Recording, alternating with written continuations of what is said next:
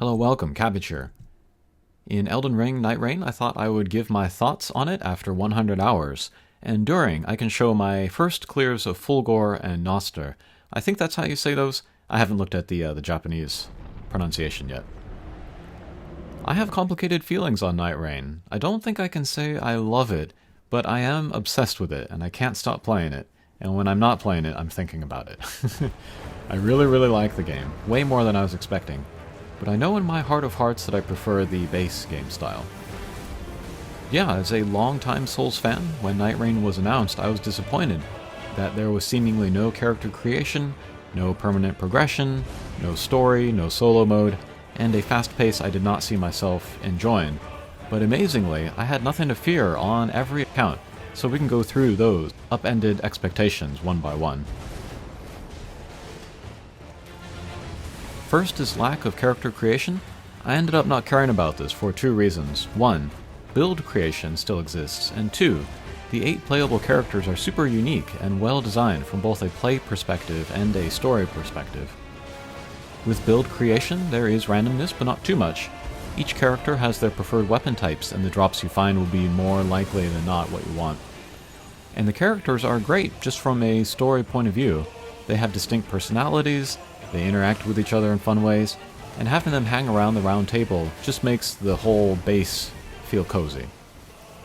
Aside from Armored Core 6, this is the first time I've really felt connected to characters in a FromSoft game, and it makes me look forward more to the Duskbloods on Switch 2.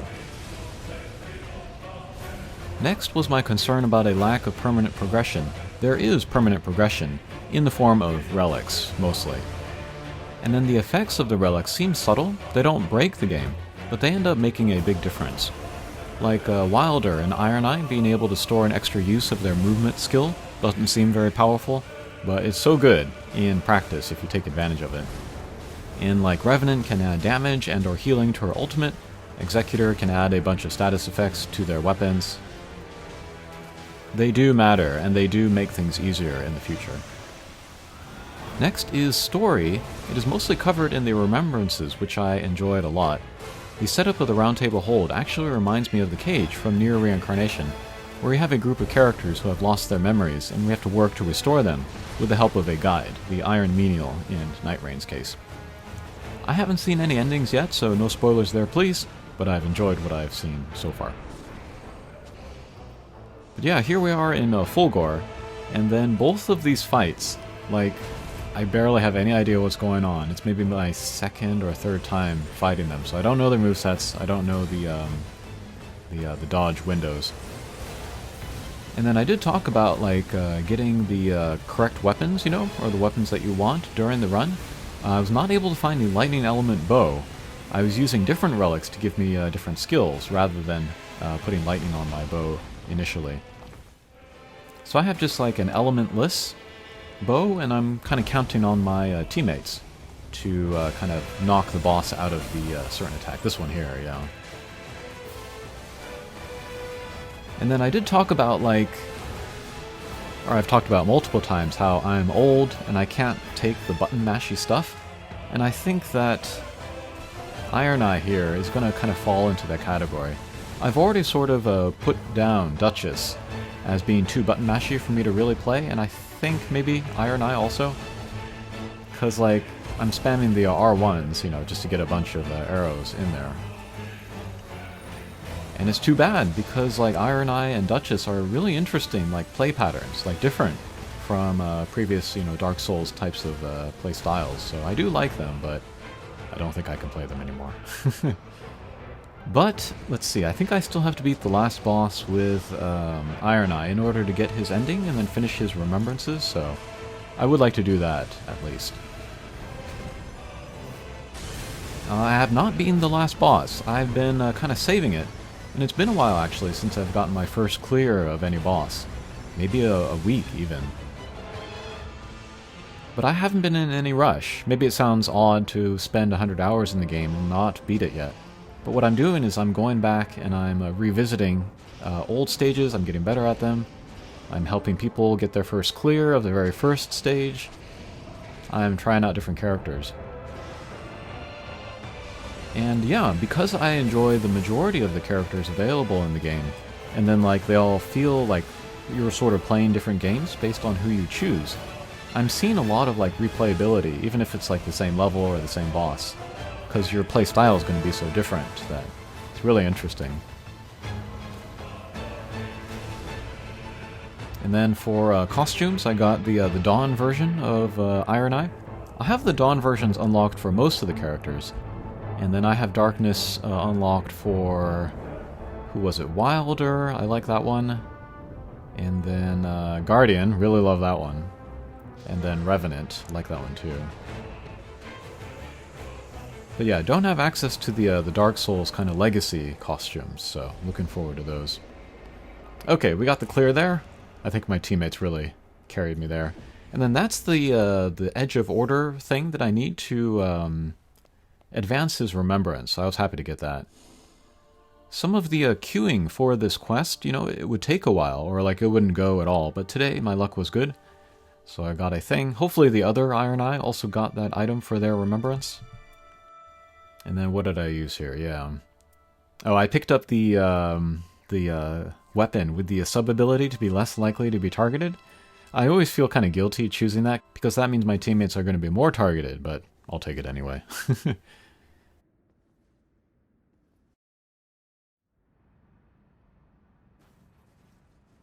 Okay, next we'll go to Noster, and then here I have Revenant. And then this boss I know, or I understand even less. I do have a Grave Scythe with the fire element in it, which is nice for this boss. But it also has the, what is it, that Cyclone Black Flame thing? Which is excellent, and I've used a ton in the base game, but I don't know if it's great here, because Revenant doesn't want to be close. You know, it doesn't want to take the damage, because it can't really take the damage. And then on a seal, I have like a Black Flame Fireball. I should have probably used that throughout the fight. I'll eventually get to that at the end. But yeah, I'm a little embarrassed to show this just because I have so little idea of like what is going on with this boss, but it is my first clear, so we'll have a look. Alright, we'll continue with the review, although we're almost done.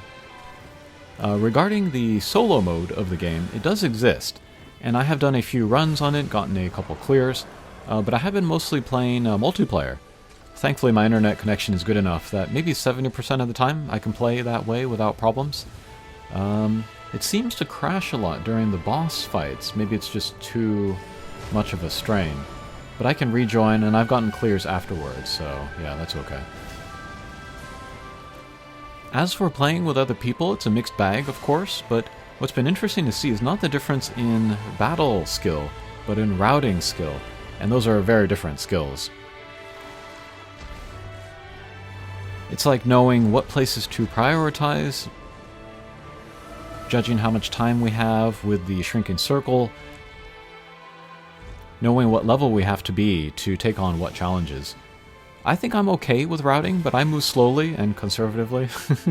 But some people are bad, especially with judging what bosses are within our power levels and equipment. Like, there's like the gargoyles and like the draconic tree sentinels, and like the other very difficult bosses, and people want to go against it like level 5 or something, and I'm like, oh my god, no, run away. And I do my best to pin like, you know, somewhere else, but yeah, sometimes people will just get hung up on that stuff.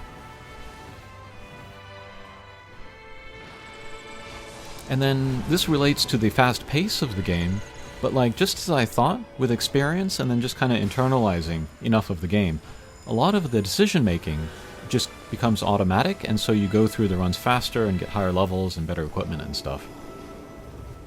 So yeah, now I'm able to handle what the game is asking of me, but there was a steep learning curve to get to this point, even for someone like me with a lot of Souls game experience. And then last thing I'll say about the game is the music is incredible. Although Bloodborne is my least favorite FromSoft game, it is the soundtrack that I listen to the most outside of playing. But this Nightreign soundtrack is pretty amazing, track after track. FromSoft music has always been great, but somehow Nightreign and Shadow of the Erdtree DLC feel more, I don't know, cinematic or evocative or something. They are certainly expanding on the variety of types of ideas that they put into the music, and I think it's largely due to the new composers they got for Elden Ring. Their style matches what came before, but adds new dynamics. I absolutely love it.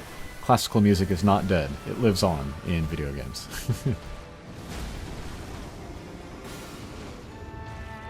And interestingly, like post-release, rather than like a patch or an update to the game, they added something that's kind of like a mobile game or like a live service game.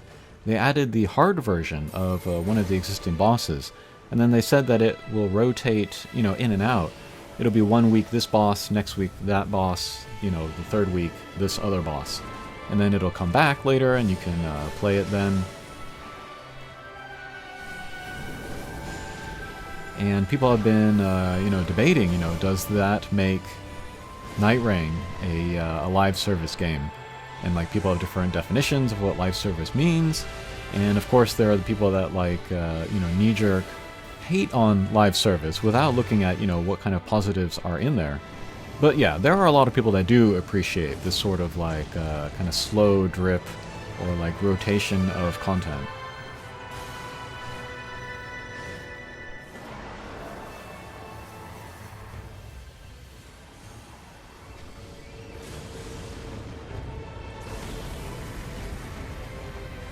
I'm able to kind of compartmentalize, and be able to see the good for what it is on its own terms. Yeah, there.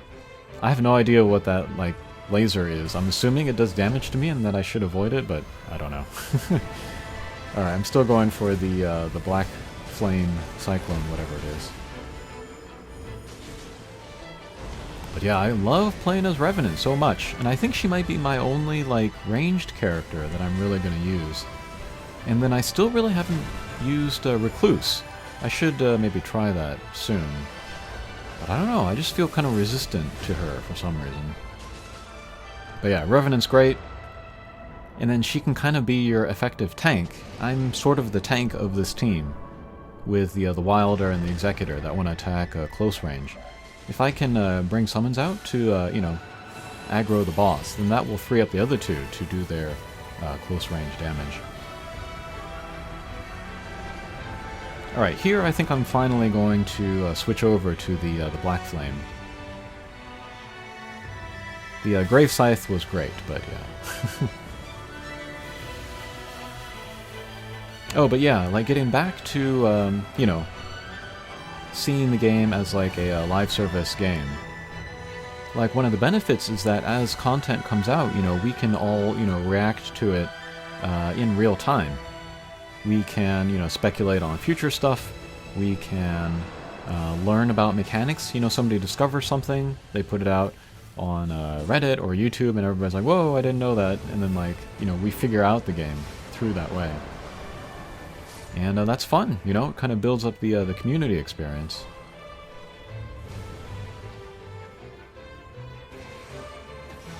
It builds up the community experience, which, happens in real time.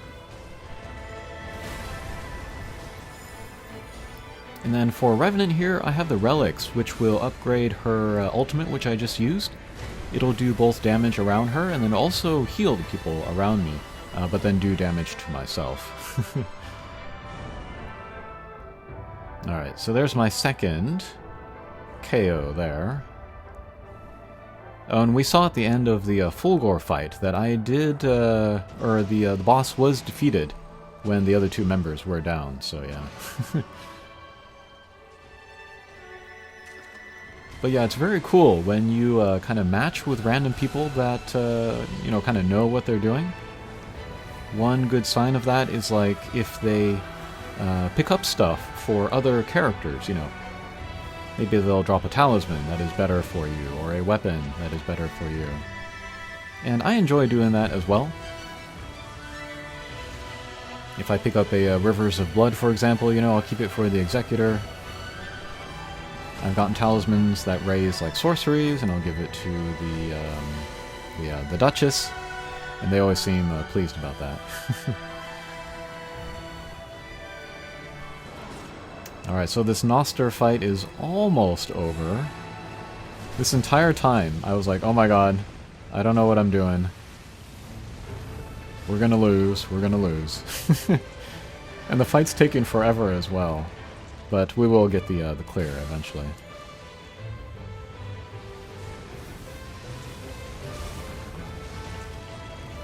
But I like the kind of the reference to the butterfly in Dark Souls 1 from this butterfly here. Even kind of like similar attacks or moves. Very cool stuff. But yeah, I think this boss was one of the harder ones of all of them in the game. For me.